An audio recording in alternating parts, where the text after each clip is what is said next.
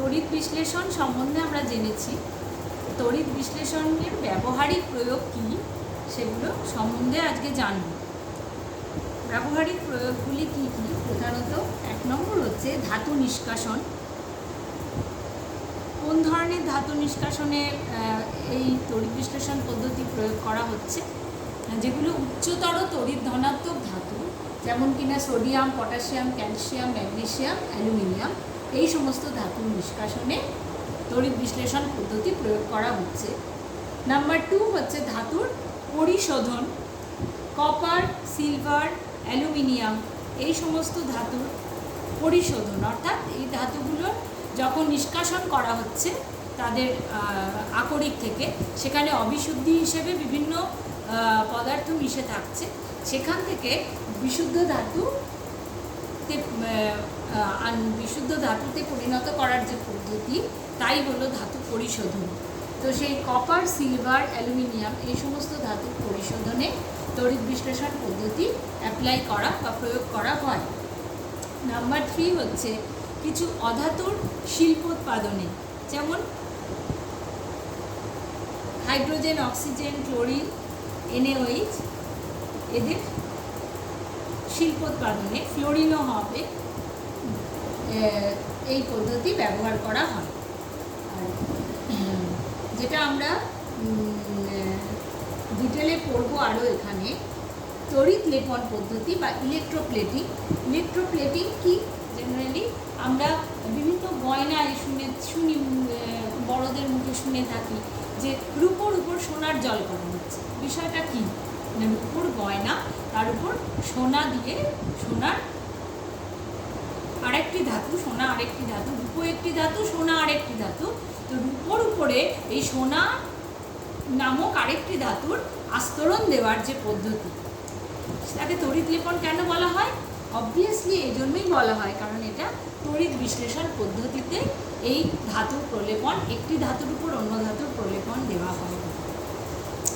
অর্থাৎ তড়িৎ বিশ্লেষণের মাধ্যমে একটি বস্তুর উপর একটি অন্য বস্তুর উপর অপর কোনো ধাতুর আস্তরণ দেওয়াকে তড়িৎ লেপন বলা হয়। সাধারণত ধাতু সংকর দিয়ে তৈরি তড়িৎ পরিবাহী বস্তুর উপর সোনা, রূপো, তামা, দস্তা, নিকেল, ক্রোমিয়াম, এদের আস্তরণ দেওয়া হয়। তড়িৎ বিশ্লেষণ পদ্ধতির একটি খুবই ইম্পর্টেন্ট প্রয়োগ হচ্ছে যেভাবে মরিচা নিবারণ করা হয়। সেটা কিভাবে না, লৌহ দ্রব্যের উপর দস্তার প্রলেপন দেওয়া হয় তড়িৎ বিশ্লেষণ পদ্ধতিকে, যাকে ইংলিশে বলা হয় গ্যালভানাইজেশন। তাহলে এই হলো বিভিন্ন প্রয়োগ। এখন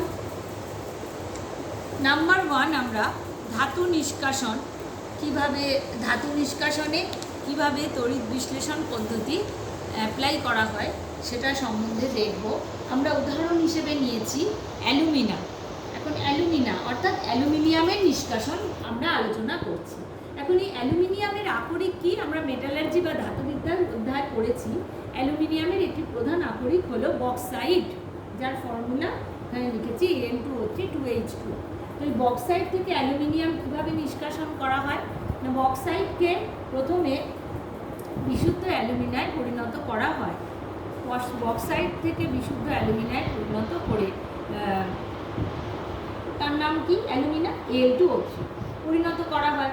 এখন এই বিশুদ্ধ অ্যালুমিনাকে তড়িৎ বিশ্লেষণ করে, অর্থাৎ তার গলিত অবস্থায় যখন সে থাকবে, গলিত অবস্থায় নিয়ে গিয়ে তার তড়িৎ বিশ্লেষণ করে তবে আমরা অ্যালুমিনিয়াম পাচ্ছি। দেখো কীভাবে অ্যালুমিনা গলিত অবস্থায় বিয়োজিত হয়, 2Al3+ + 3O2-, অর্থাৎ ক্যাটায়ন রূপে Al3+, অ্যানায়ন রূপে O2- উৎপন্ন হয়। এখন এই গলিত অবস্থায় নিয়ে যাওয়ার জন্য, অর্থাৎ তার গলনের প্রয়োজন, যদি বিশুদ্ধ অ্যালুমিনা নেওয়া হয় তাহলে তার গলনাঙ্ক প্রায় 2000 ডিগ্রি সেলসিয়াস হয়। কিন্তু যদি আমরা তার সাথে 60% ক্রায়োলাইট, তার ফর্মুলা কি Na3Al F6, এবং 20% ফ্লুওস্পার যোগ করি, ফ্লুওস্পারের ফর্মুলা হলো CaF2 যোগ করি, তাহলে কি সুবিধা হবে? বিশুদ্ধ অ্যালুমিনা 2000 ডিগ্রি সেলসিয়াসের নিচে তার গলন সম্ভব নয়। কিন্তু যদি ক্রায়োলাইট ও ফ্লুওস্পার এইভাবে শতকরা পরিমাণের সঙ্গে যোগ করি তাহলে বেশ কম, অর্থাৎ 900 ডিগ্রি সেলসিয়াস সম্ভব। অর্থাৎ এক্ষেত্রে তাপের মিসইউজও কম হবে, সময় কম লাগবে, অর্থাৎ সুলভে হবে এবং সহজে হবে। তো সেই কারণে বিশুদ্ধ অ্যালুমিনার সাথে ক্রায়োলাইট ও ফ্লুরোস্পার যোগ করা হয় যাতে ওর গলনাঙ্ক হ্রাস করানো সম্ভব হয়। এখন এই গলিত অ্যালুমিনার উপর দিয়ে যদি অ্যালুমিনাকে যদি তড়িৎ বিশ্লেষণ করানো হয় তাহলে কি বিক্রিয়াটি হচ্ছে, ক্যাথোড বিক্রিয়াটি কি হচ্ছে, ক্যাথোডে কে যাবে, ক্যাটায়ন যাবে 2Al3+, 2Al3+। তাহলে এর মোট আধান কত হলো, দুটো Al3+, অর্থাৎ 2 × 3 6+।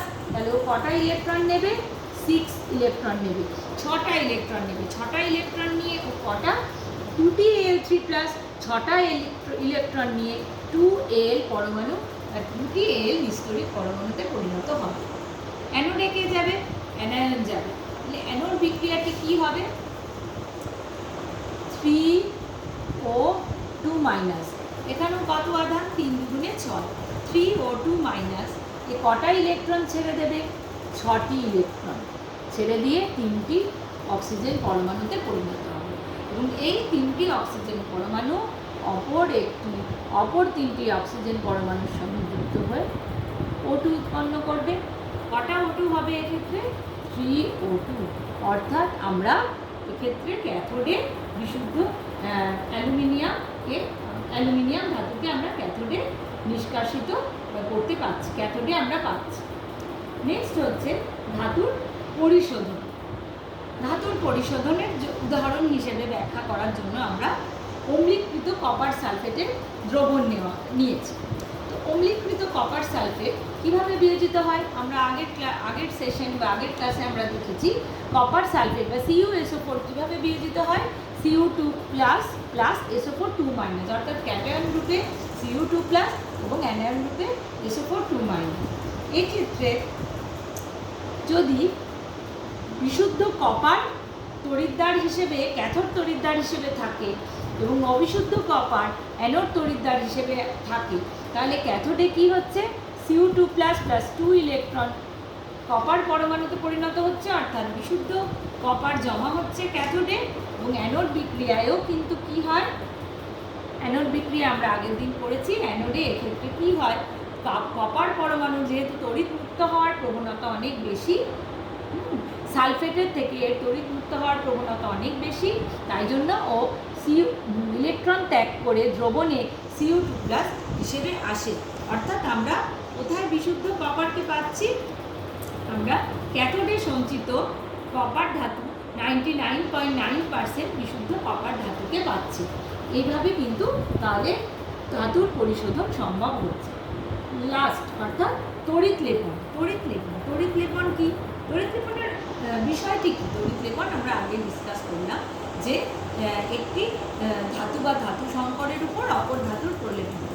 তো এর প্রয়োজন কি তড়িৎ লেপনের, একটা তো আমরা মরিচা পড়া নিবারণ জানলাম, অর্থাৎ তার স্থায়িত্ব বজায় রাখতে। যদি লোহার উপর মরিচায় পড়ে যায় তাহলে লোহার তো সক্রিয়তা নষ্ট হয়ে যায়, তাকে দেখতেও খারাপ হয়ে যায়, তার ঔজ্জ্বল্যও নষ্ট হয়ে যায়, তাই তো। তাহলে উদ্দেশ্য কি না, 1 নম্বর আমরা বলতে পারি লোহাকে মরচে পড়ার হাত থেকে রক্ষা করার জন্য, অর্থাৎ বস্তুগুলোকে যত দিন বেশি আমরা আকর্ষণীয় করে রাখতে পারবো, অর্থাৎ তার স্থায়িত্ব বা দীর্ঘস্থায়ী করে রাখতে পারবো, তার জন্য তড়িৎ লেপন প্রয়োজনীয়। এছাড়া বিভিন্ন বস্তুর সৌন্দর্য বাড়িয়ে তোলে। আমি শুরুতে বললাম যে রূপোর তৈরি গয়নার উপর সোনার প্রলেপ দেওয়া, একটা রূপোর গয়না আমরা পরলাম, আচ্ছা ঠিক আছে, ভালোই লাগে, কিন্তু তার উপর যদি সোনার প্রলেপ দিই তাহলে কী হবে, সেটা আর একটু সুন্দর দেখতে হবে, তাই না। তাহলে সৌন্দর্য বাড়িয়ে তোলাও কিন্তু একটা রিজন, কার জন্য, ইলেকট্রোপ্লেটিং বা তড়িৎ লেপনের জন্য। আবার অনেক ক্ষেত্রে বিভিন্ন ধাতু নির্মিত বস্তুর তার সারফেসকে, পৃষ্ঠতলকে অনেক বেশি দৃঢ় করে রাখার জন্য বা বিভিন্ন ক্ষয় থেকে রক্ষা করার জন্য তড়িৎ লেপন করা হয়। যেমন অ্যালুমিনিয়ামের তৈরি কোনো বস্তুকে দৃঢ় ও ক্ষয়রোধী করার জন্য যে পদ্ধতি, তড়িৎ লেপন পদ্ধতিতে বস্তুটির কি করা হয় না, অ্যানোডাইজিং করা হয়। যেমন এখনকার অনেক প্রেশার কুকারে দেখবে যে তার উপরে অ্যালুমিনিয়াম বা ওর কোনো সংকর ধাতুর তৈরি দ্রব্যের ক্ষয়রোধ করার জন্য তার উপর তড়িৎ লেপন পদ্ধতিতে কিসের আস্তরণ দেওয়া হয়? অ্যালুমিনিয়াম অক্সাইডের প্রলেপ দেওয়া হয়। তাহলে একে কিন্তু কি বলা হয়? অ্যানোডাইজিং বলা হয়। তোমরা কথাটা মনে রাখবে, অ্যানোডাইজিং বলা হয়। অ্যানোডাইজিং, আমি আবার রিপিট করছি, অ্যানোডাইজিং কি না জলীয় বাষ্প, অক্সিজেন, তাপ ইত্যাদির প্রভাবে যাতে অ্যালুমিনিয়াম বা তার কোনো সংকর ধাতুর ক্ষয় হয়ে না যায় তার জন্য তার উপরে তড়িৎ লেপন পদ্ধতিতে অ্যালুমিনিয়াম অক্সাইডের আস্তরণ দেওয়া হয়। একে কি বলা হয়? এই পদ্ধতিকে অ্যানোডাইজিং বলা হয়। তাহলে তড়িৎ লেপন কেন করা হচ্ছে তা আমরা বুঝলাম। এখন এবার দেখব যে এই তড়িৎ লেপন কিভাবে হয়। একটা উদাহরণ আমরা ধরলাম, ধরা যাক রূপোর কোনো বস্তুর উপর তড়িৎ লেপন করা হবে। তাহলে সেক্ষেত্রে আমরা রূপোকে কোথায় নেব? রূপো বা সিলভার। তাহলে সিলভারের বস্তু আমরা ধরা যাক এটি হলো সিলভারের বস্তু। তো সিলভারের বস্তুটি তাহলে কিসের সঙ্গে যুক্ত আছে? দেখো, ব্যাটারির কোন প্রান্তের সাথে যুক্ত আছে? নেগেটিভ প্রান্তের সাথে যুক্ত আছে। তাহলে এটাকে কি বলবো আমরা? তোমরা আগেই জেনেছো, একে ক্যাথোড বলবো। তাহলে যদি আমরা সিলভারের বস্তু বা রূপোর বস্তুর উপর প্রলেপ দিতে চাই, অন্য ধাতুর আস্তরণ দিতে চাই তড়িৎ বিশ্লেষণ পদ্ধতিতে, তাহলে তাকে আমরা কোথায় নেব? তাকে আমরা নেব ক্যাথোডে নেব। তাহলে অ্যানোডে কে থাকবে? অ্যানোড তড়িৎদ্বার হিসেবে কে ব্যবহৃত হবে? অ্যানোডে থাকবে যার প্রলেপ দেওয়া হবে।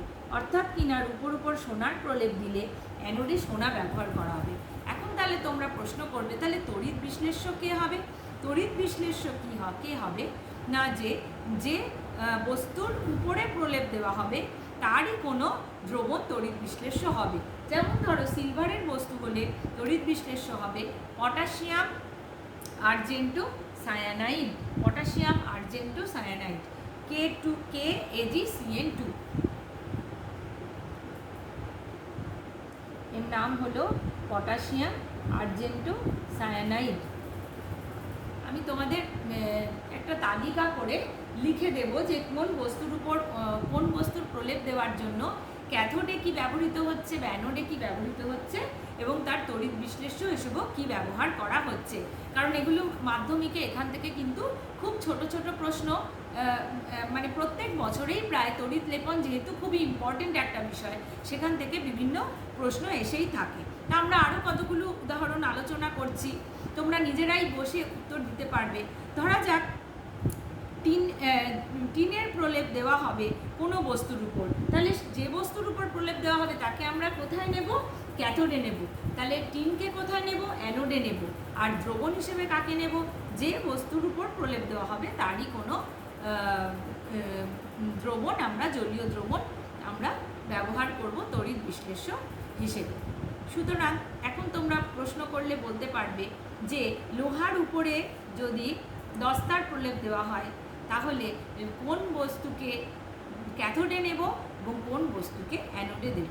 আমি একটা চার্টের আকারে তোমাদের সমস্ত ক্যাথোড, অ্যানোড এবং তড়িৎ বিশ্লেষ্যগুলি আলোচনা করে দিচ্ছি। আর বাকি কিছু ইম্পর্টেন্ট কোয়েশ্চেন আছে, সেটা পরের সেশনে আমি